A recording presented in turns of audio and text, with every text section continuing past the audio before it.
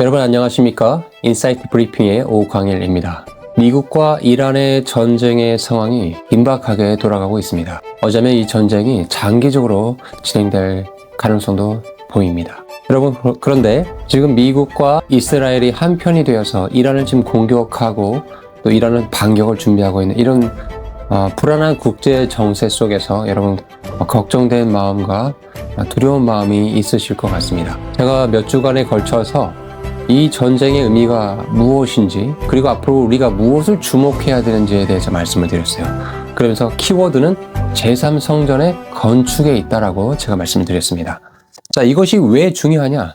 여러분, 전쟁을 할 때는 명분과 또 실리를 따지게 되잖아요. 그런데 이스라엘의 가장 큰 속내는 뭐냐면 성전산에다가 제3성전을 건축하는 것이 그들의 그 민족의 최대 목적이라는 것을 기억해야 됩니다. 그래서 제가 이제 시간이 되는 대로 몇 주간에 걸쳐서 이 문제에 대해서 성경적으로, 신학적으로, 국제정치적인 입장에서 말씀을 드리도록 하겠습니다. 여러분, 만약에 오늘 당장에 예루살렘에 건물 하나가 지어지게 되면 제가 장담하건대 3차 대전이 발발하게 됩니다. 인류 역사상 가장 피비린내 나는 전쟁의 중심지였고, 지금도 전 세계의 시선이 집중된 땅 34에이커, 바로 예루살렘 성전산입니다. 2000년 전에 사라진 유대인의 성전이 지금 다시 지어지려고 하고 있다는 거죠. 혹자는 이것을 보고 또 기독교에 대한 이해가 없는 분들은 미친놈들이구나. 어떻게 성전 하나, 종교 건물 하나 지으려고 이 피비린내 나는 전쟁을 치를 수 있느냐라고 광분하기도 합니다. 자, 그런데 우리가 인정하든 인정하지 않든 인류의 역사는 하나님의 시간표 안에서 째깍째깍 움직여가고 있다는 사실을 기억하시면 좋겠습니다. 자, 그러면 본격적으로 이스라엘의 성전의 역사를 제가 전반부에 좀 말씀을 드리도록 할게요. 자, 이스라엘은 처음부터 성전이 있었던 것은 아니고 먼저 성막이 있었습니다. 자, 모세가 광야에서 시내산에서 하나님을 만나게 되죠. 그리고 하나님께서 모세에게 자신을 예배할 처소에 대한 모든 것들을 모세에게 알려주십니다. 그래서 그 모세는 이제 시내산에서 받은 양식에 따라서 이동식 텐트인 성막을 짓게 되죠. 그리고 그 안에 무엇을 넣습니까? 언약궤. 즉 하나님께서 만나는 자리인 그 언약궤가 위치해 있었습니다.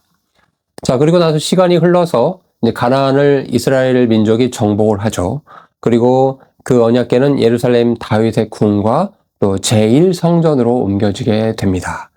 자, 제1성전, 다시 말해서 솔로몬의 성전이 지어지게 되는데 BC 952년경입니다. 성막의 기하학적인 형태를 따랐으며 그런데 규모는 그 성막에 비해서 2배 정도 컸습니다. 그리고 다량의 돌과 백향명, 금으로 아주 화려하게 지어졌습니다. 자, 그런데 이 성전이, 솔로몬 성전이 바벨론에 의해서 BC 586년경에 완전히 파괴가 됩니다. 그리고 이스라엘 민족은 이제 포로 생활을 하게 되죠. 자, 그러다가 바벨론 포로 생활이 끝나는 지점인 BC 516년 이경에 이 두 번째 성전이 완성되게 되는데 이름하여 스룹바벨 성전 또는 헤롯 성전이라고 부릅니다. 왜냐하면 이것이 바벨론 포로 이후에 다시 본국으로 돌아온 이스라엘 민족이 지어진 두 번째 성전임에도 불구하고 되게 작게 지어졌거든요. 그런데 그 성전이 예수님께서 이 땅에 오시는 그 시점까지 계속 이어져 왔습니다. 그리고 예수님 당시에 헤롯 대왕에 의해서 그 성전이 약 BC 20년경부터 대규모로 증축 공사를 하게 됩니다. 그러나 그 두 번째 성전, 헤롯 성전도 AD 70년경에 로마에 의해서 완전히 파괴가 되죠. 자, 이렇게 제2성전이 파괴된 이후에, 즉 헤롯 성전이 파괴된 이후에 유대인들은 어떻게 됩니까? 전 세계로 다 흩어지게 됩니다. 그 세계 곳곳에 회당에서 예배를 드리게 됩니다. 말씀 한 구절 보겠습니다. 호세아서 3장 4절에서 5절의 말씀에 보시면 이렇게 기록이 되어 있습니다. 이는 이스라엘 자손이 많은 날 동안 왕도 없고 통치자도 없고 희생물도 없고 형상도 없고 에봇도 없고 드라빔도 없이 지내다가 그 뒤에 이스라엘 자손이 돌아와 주 자기들의 하나님과 자기들의 왕 다윗을 구하며 마지막 날들에 주와 그분의 선하심을 두려워할 것이기 때문이라. 자, 이렇게 예언이 되어 있는데 이 말의 의미가 뭐냐? 두 번째 스룹바벨 성전, 즉 헤롯 성전이 파괴된 이후에 성전에서 봉헌을 드린다든지 교육을 한다든지 이런 예배를 드린다든지 이런 것들은 호세아의 예언에 따라서 중단이 되어지게 됩니다. 자, 그런데 말씀에 뭐라 되어 있었다고요? 그 뒤에 호세아 3장 5절입니다. 이스라엘 자손이 돌아와 이스라엘 땅으로 돌아온다는 얘기를 하고 있어요.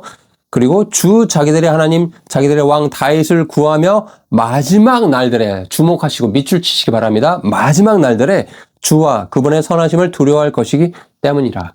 자, 이 말씀의 예언에 따라서 이제 1948년경부터 이스라엘 그 유대 땅에 이스라엘 민족들이 돌아가기 시작했고 지금까지 계속해서 인구가 지금 늘어나고 있는 상태입니다. 최근에 유대인들의 고국 귀환과 함께 어떤 게 생겼냐면 민족적으로 이제 종교 의식을 우리가 다시 회복하자. 자, 이런 염원들이 재발견되기 시작하고 있어요. 자, 그래서 그들에게 중요한 건 예배를 드릴 수 있는 성전을 짓는 것이 매우 중요한 그 민족적인 과제인 거거든요. 자, 그래서 1967년 6.1 전쟁으로 이스라엘이 해방을 시켰어요. 그런데 성전사를 완전히 회복하지 못했고 그 땅의 관리를 이슬람 왁프, 즉 요르단에서 관리를 하고 있습니다. 제가 지난 영상에 설명을 드렸습니다.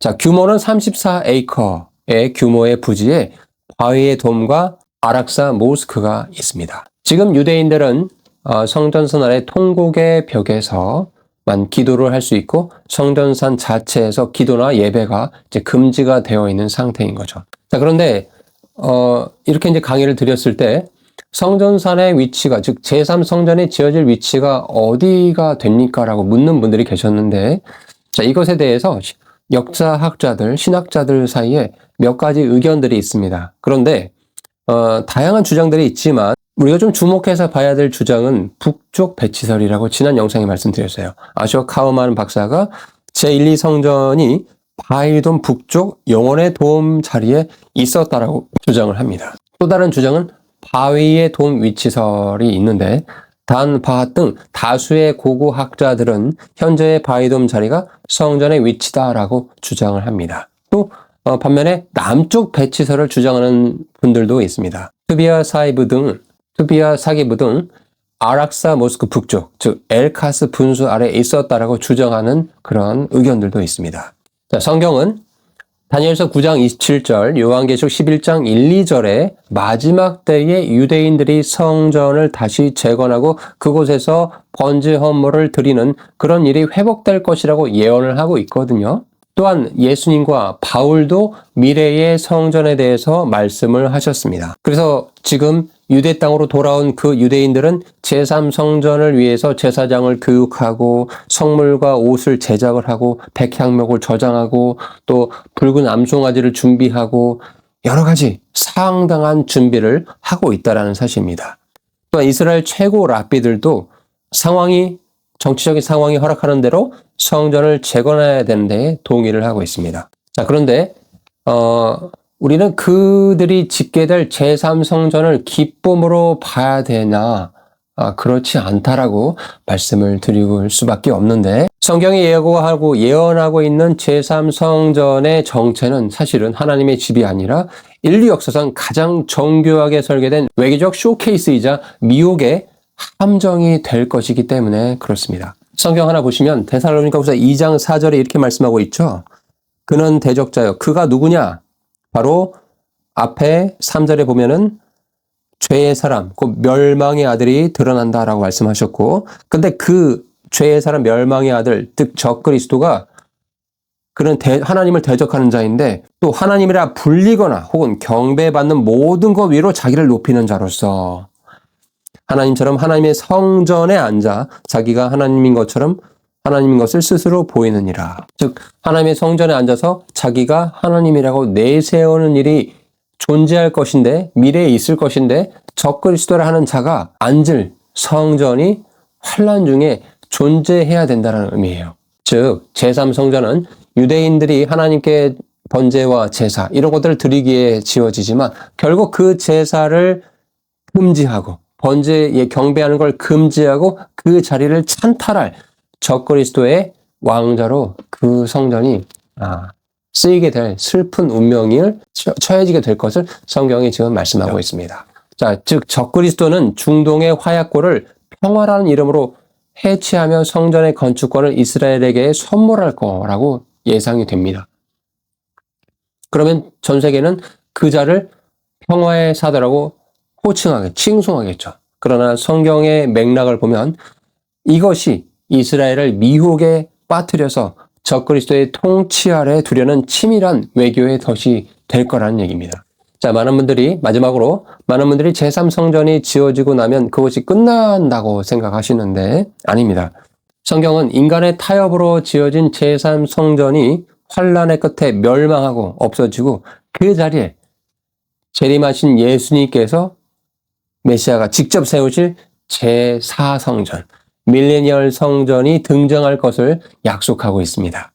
에스겔서 40장에서 48장까지 무려 9장에 걸쳐서 이 설계도가 아주 자세하게 성경이 기록하고 예언하고 있다는 사실입니다. 제4성전은 우리가 아는 현재의 예루살렘 성전산 부지로는 감당할 수 없습니다.